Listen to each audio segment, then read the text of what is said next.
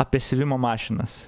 Goda esi, aš žinau, kad tu ten nerdėsi siuvimo ir siuvimo mašinų ir visokių suknelių senų, tai tau greičiausiai šitas video patiks, nes apie tai, kaip tavo tas suknelės siuvo žmonės.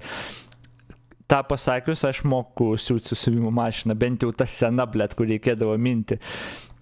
Tai man iš tikrųjų įdomu, nes kai aš buvau vaikas, man iš tikrųjų buvo žiauriai įdomu, kaip tas mechanizmas visas veikia.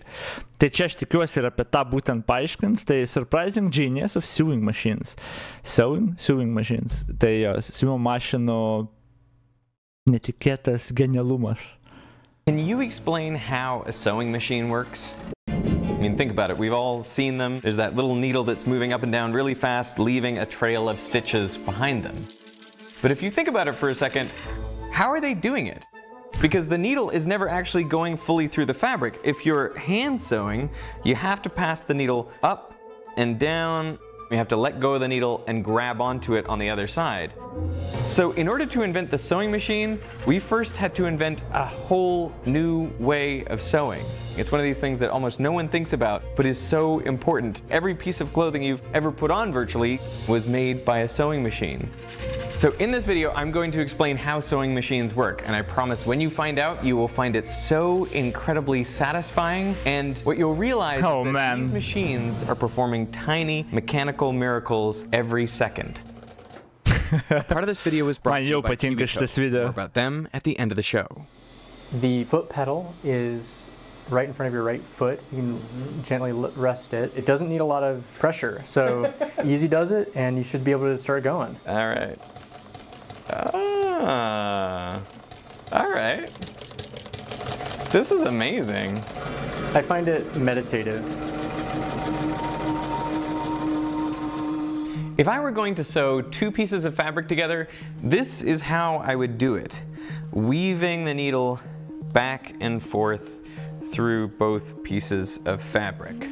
This is known as a running stitch, and there are more sophisticated stitches you could do, but if you're trying to mechanize any hand stitch, you run into a major problem, which is that any time you pass the needle through the fabric, you have to release it on one side and pick it up again on the other side.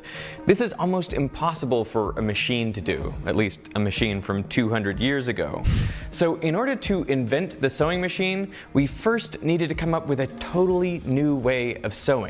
And this came in 3 breakthroughs. Humans have been sewing clothes for tens of thousands of years.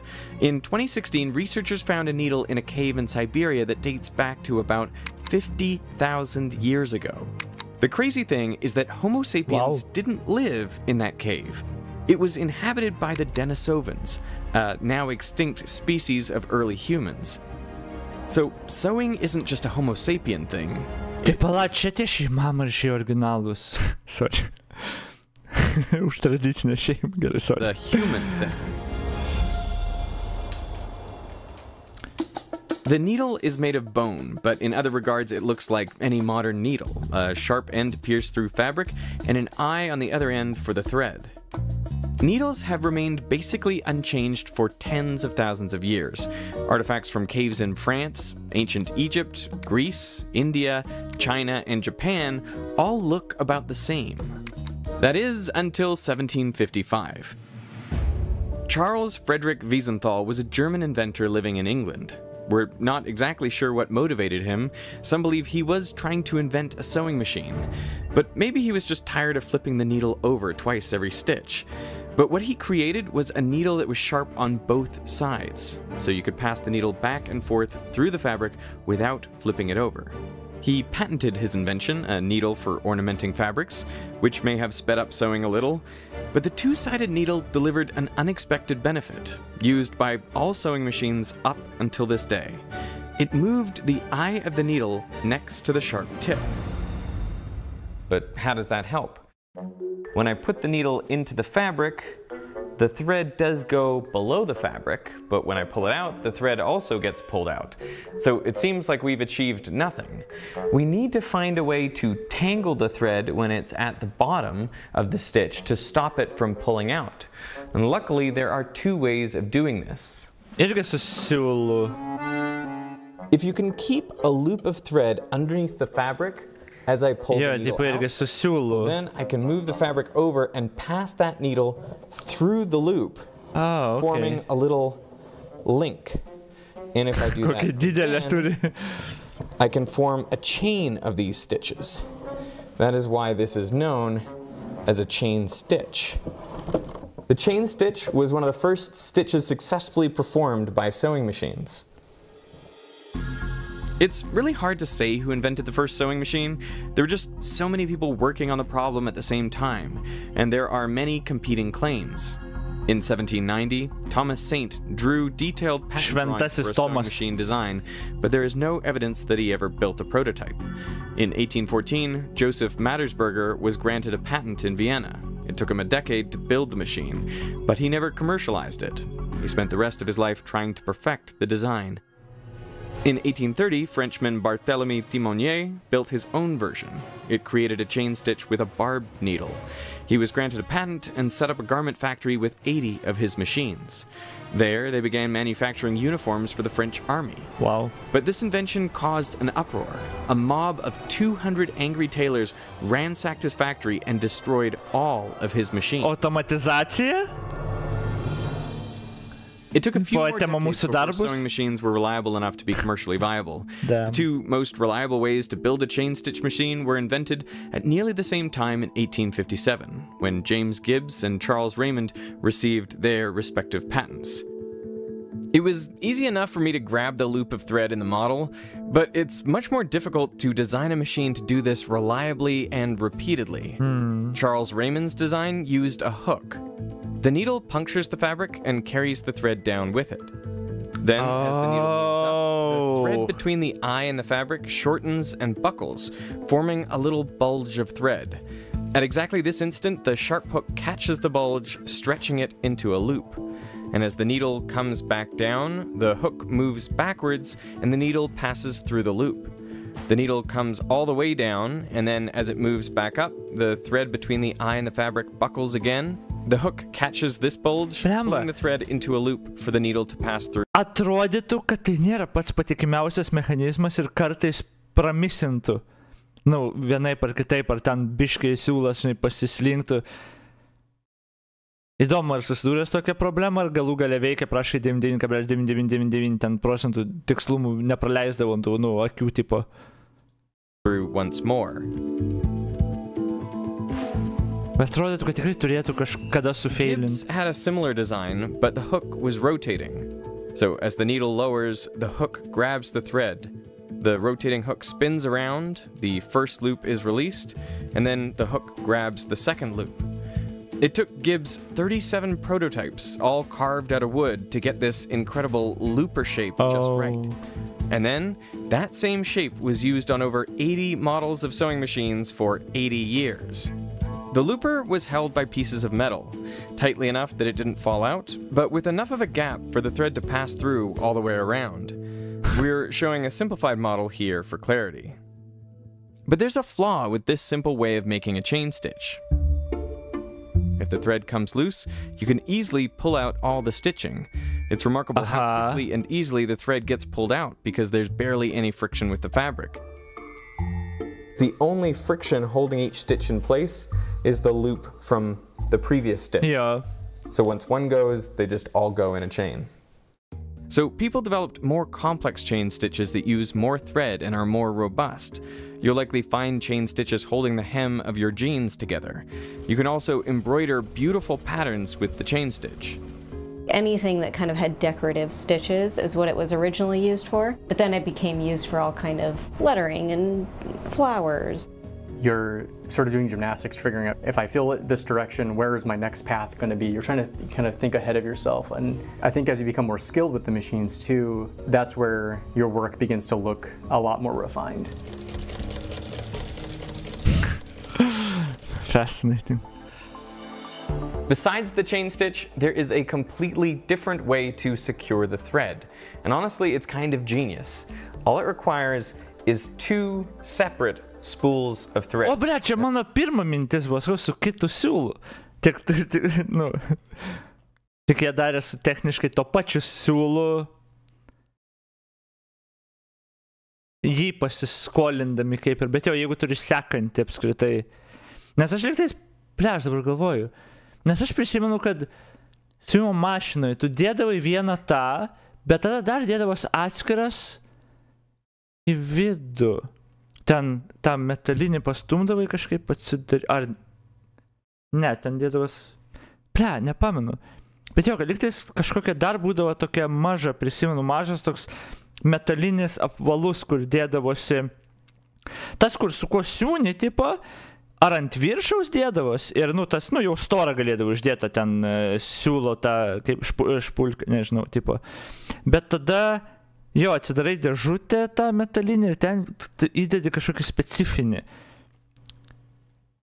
Jo, taip, jo, špulė. Ja, pačiai, jo, tai čia, aš todėl turbūt ir prisimenu, kad antras siūlas turi būti. Kaip tai veikia. Bet tada jau yra, tada jau daug turbūt gali skirtingų, tau nereikia gaudyti tos siūlus, reikia vis tiek pagauti daug, nes reikės, kad turbūt pereitų, neišilgai, nežinau. No idea. Now this spool of thread is called the bobbin. So here's how it works.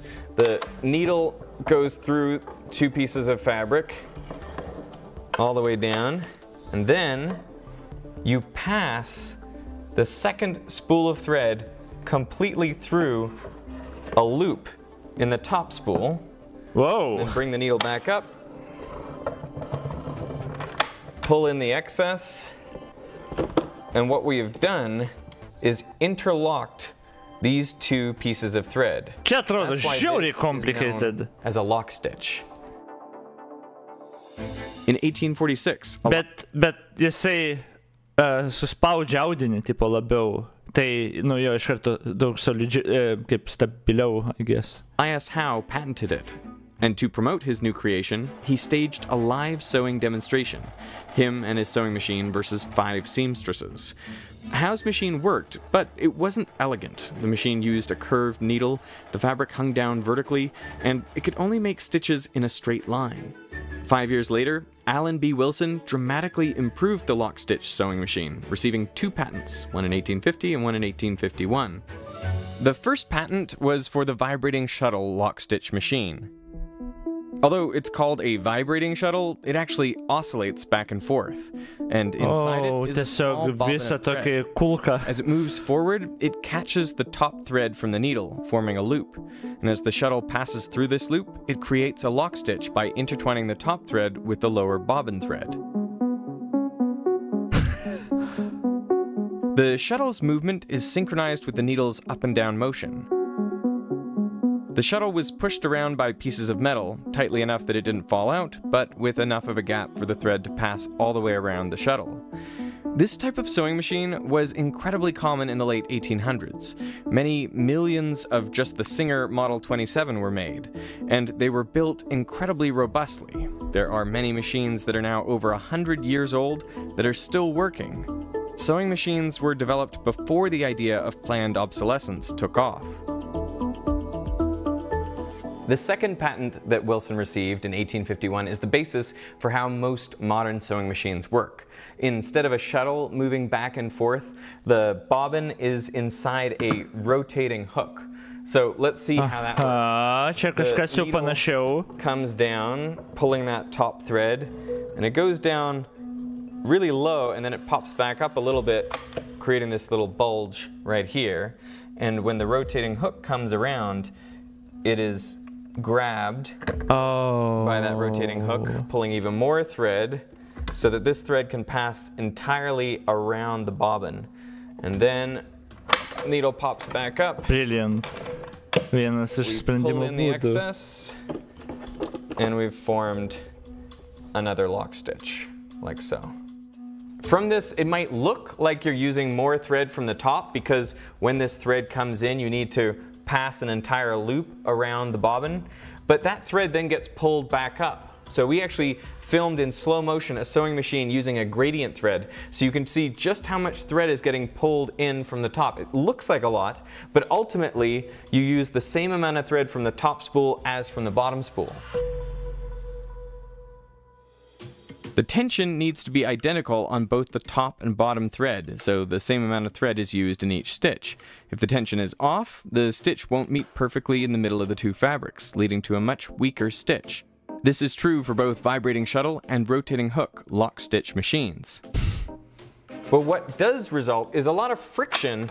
You can imagine this piece of thread is getting pulled back down and back up a whole bunch of times with every stitch. So what was developed was actually a groove in the sewing needle right here to reduce the friction between the thread and the fabric, as it has to keep getting pulled down to go around the bobbin and then get pulled back up when it's tensioned again. This resulted in less fraying of both thread and fabric and resulted in a cleaner stitch. Practically all modern sewing machine needles have a groove on one side. But there's still an important piece missing. After a stitch has been made, how do you move the fabric? In the earliest sewing machines, the Pala, fabriką tai mes rankom stumdavom ir tiek. Nu, tipo, paėmė ir stumi.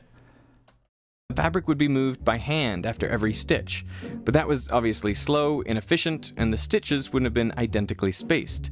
A few designs were attempted, but the most successful one was also invented by Alan B. Wilson. His idea was a small piece of metal, the foot, that would press down on the fabric. When the needle is not in the fabric, a small piece of metal with grooves in it pushes up from below. It grabs the fabric and then moves back a fraction of an inch, advancing it to where the next stitch should be. This design is used in practically all sewing machines today. They're called feed dogs. There are some modified versions of this idea, like the universal feed machine used for chain stitch embroidery. With these style of machines, there's a handle underneath the machine, and it rotates the entire nose of the machine. Okay.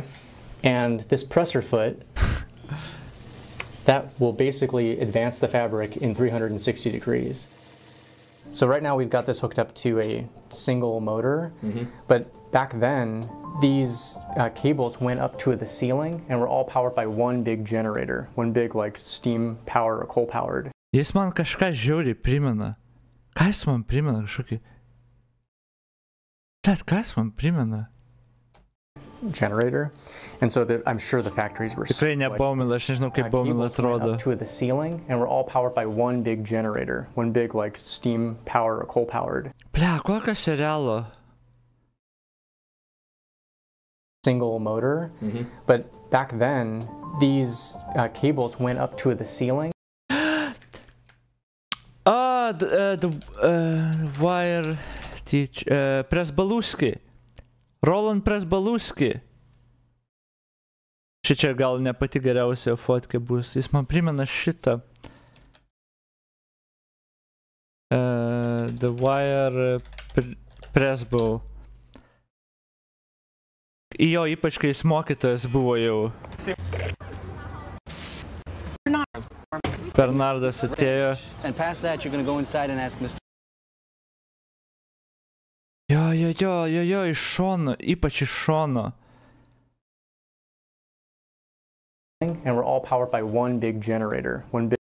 Jo, ypač iš šono, jo profilis, tokia pati veido struktūra, dar barzda, čia panašiai buvo, bet jo. Clean that up. You understand? Right now, Damien. Okay, jo, jis man šitą priminė. Aš nežinau, ar jis panašus, ne, bet man šitą priminė iš karto. Big like steam power or coal powered generator, and so I'm sure the factories were so loud. There used to be a pin, we've taken them off just because we don't need them anymore, and what you would do is you'd pull down and it would immediately engage the machine because this was spinning continuously because it was all hooked up by one motor. Like nowadays when you start a machine you can kind of like feather it a little bit, you can start slow. Back then they were going like 10,000 RPM. Right away, you gotta be ready. Yep. Those women were heroes. I mean, unbelievable skill. The most famous name associated with sewing machines is that of Isaac Singer, but Singer did not invent the sewing machine. He was a shrewd businessman, buying up patents for various parts and building a company on that. Inspired by interchangeable parts that he saw in production of firearms, he optimized the production process, and his company was able to drop the price of sewing machines from $100 to around $10. That's just over $300 in 2023 terms. This lower price meant he could sell the machines to families rather than to corporations. Singer's business was also one of the earliest in the world to offer an installment payment plan, allowing the buyer to pay it off over a few months rather than paying the entire cost up front. Singer became one of the largest corporations in the world and the first American multinational company. Before it would take over 12 hours to sew a single shirt. It now takes less than 30 minutes. In 1900, the average American family spent about 15% of its total income on clothing. In 2003, it was less than 4%. But despite spending less, we own more clothes. In 2019, the worldwide average number of garments owned was over 130. Each year, 100 billion garments are produced. And just in the US alone, 11.3 million tons of clothing ends up in landfill. Oof. That's nearly 35 kilograms of clothing for every man, woman, and child that is thrown away each year. But should we blame sewing machines? Nah, consumerism is brilliant. Invented, iterated upon, and improved by dozens of people. They really have revolutionized the world. All it took was inventing a completely new way to sew. Blemba, žiauriai geras video, man labai patinka inžinierių video.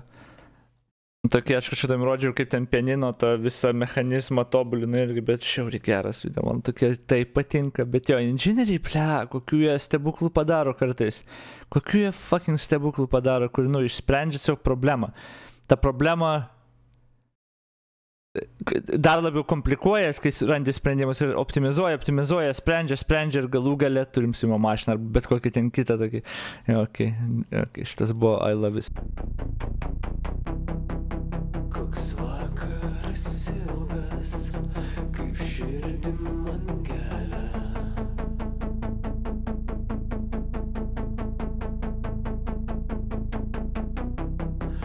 Nuskink man jazmė.